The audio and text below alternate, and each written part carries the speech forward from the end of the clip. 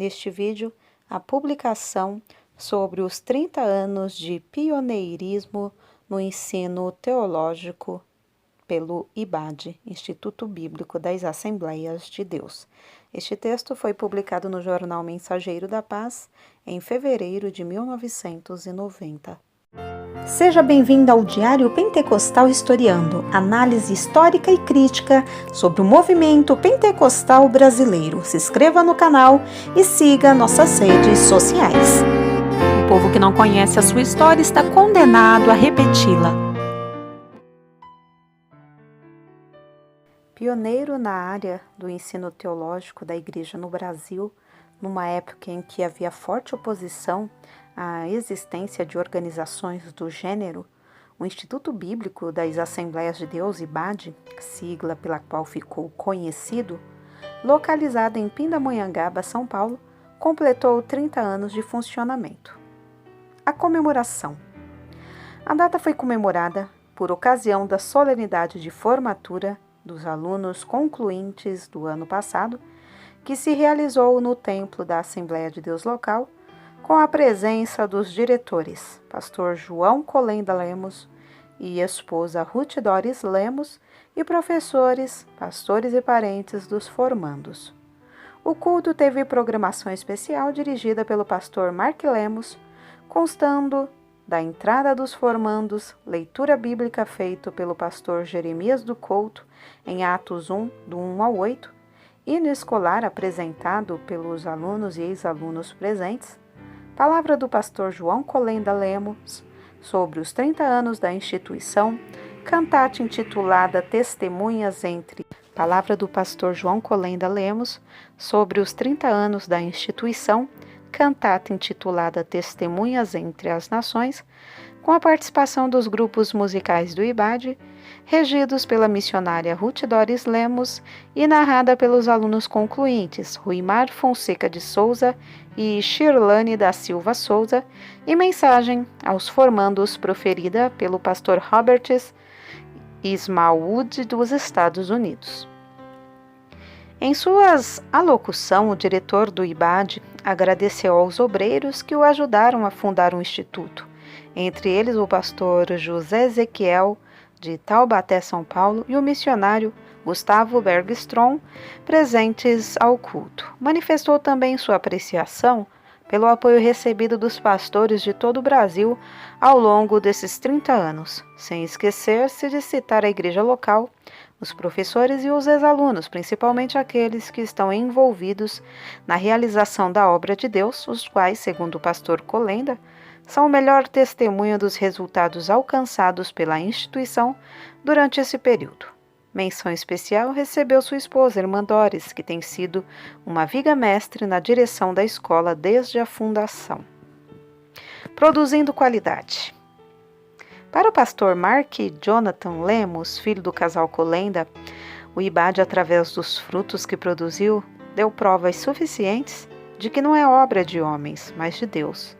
Ele retornou recentemente dos Estados Unidos, onde esteve por 2 anos e meio estudando no curso preparatório de missões em Springfield. Além de ser pastor ordenado já há alguns anos pelas Assembleias de Deus em São Paulo, ele voltou como missionário dos Estados Unidos para trabalhar no IBAD e desempenhar simultaneamente outras atividades no campo da evangelização e comunicação.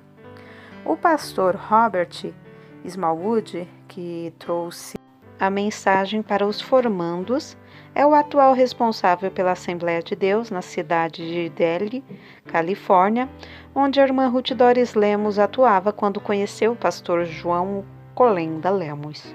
O orador era um dos jovens naquela época e substituiu a irmã Doris na direção da mocidade.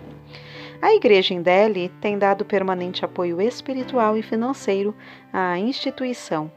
O pastor Ismaud disse que uma das razões pelas quais a sua igreja apoia o instituto é que o casal Colenda são pessoas de qualidades e, para ele, pessoas de qualidades produzem qualidade.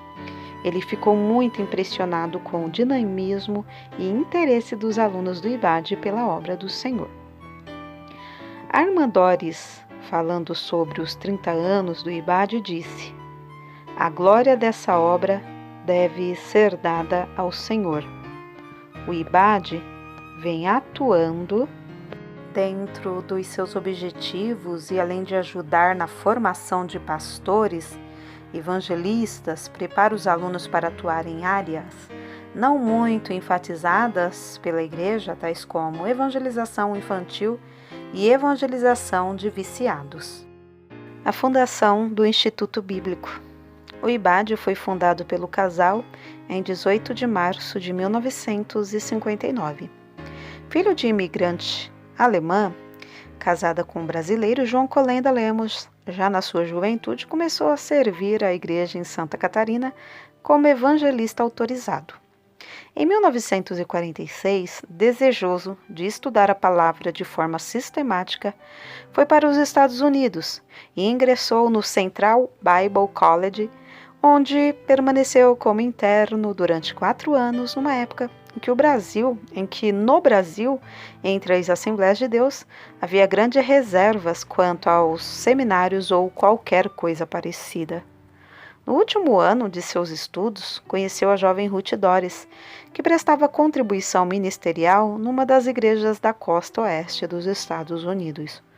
Os dois casaram-se em 11 de junho de 1950. Em seguida, foram pastorear uma igreja na península norte do estado de Michigan, até se transferirem para o Brasil em 27 de junho de 1951.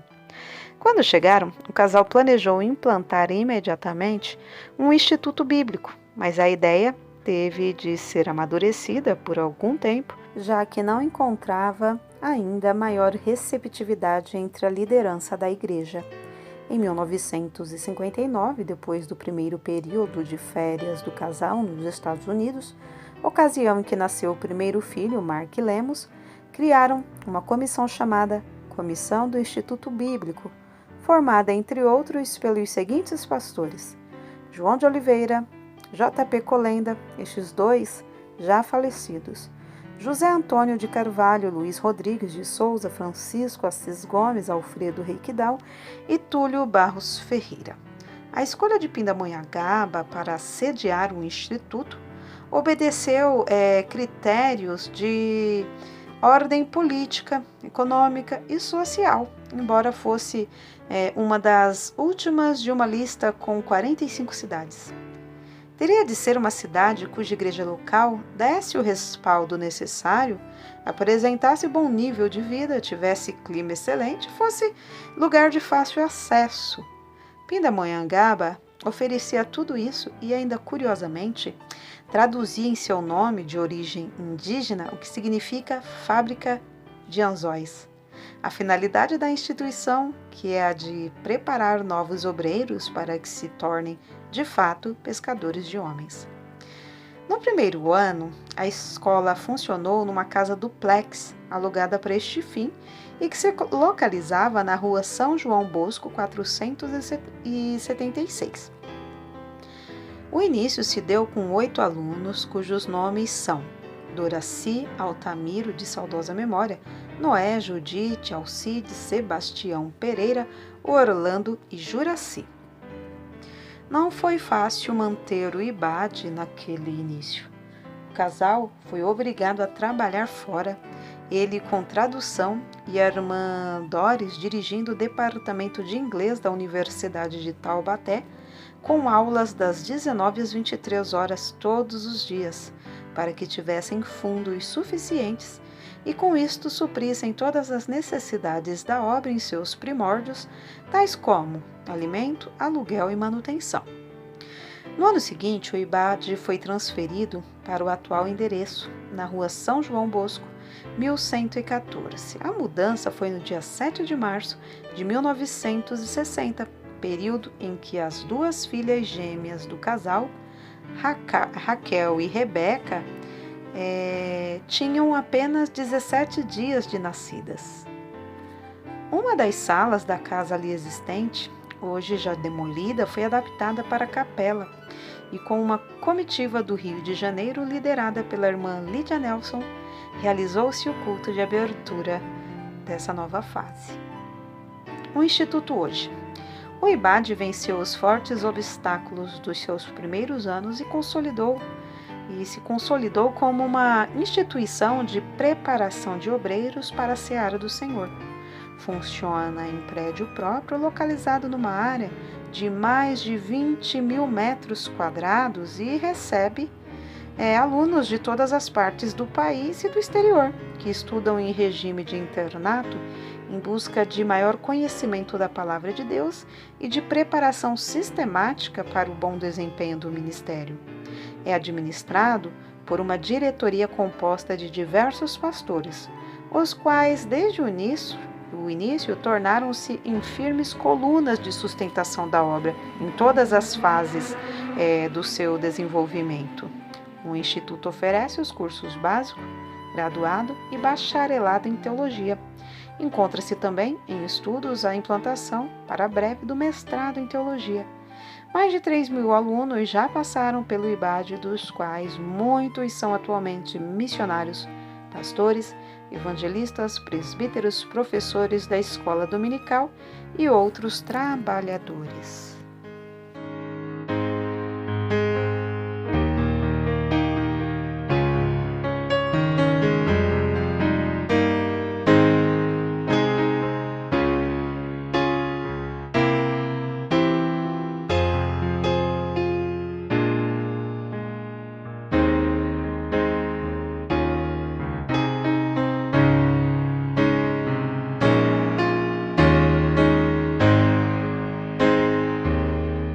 Porque nada podemos contra a verdade, senão pela verdade. Segunda carta aos Coríntios 13:8. Se você gostou do conteúdo deste vídeo, se inscreva no canal, deixe o seu joinha, compartilhe e ative o sininho para receber do YouTube as notificações dos novos vídeos.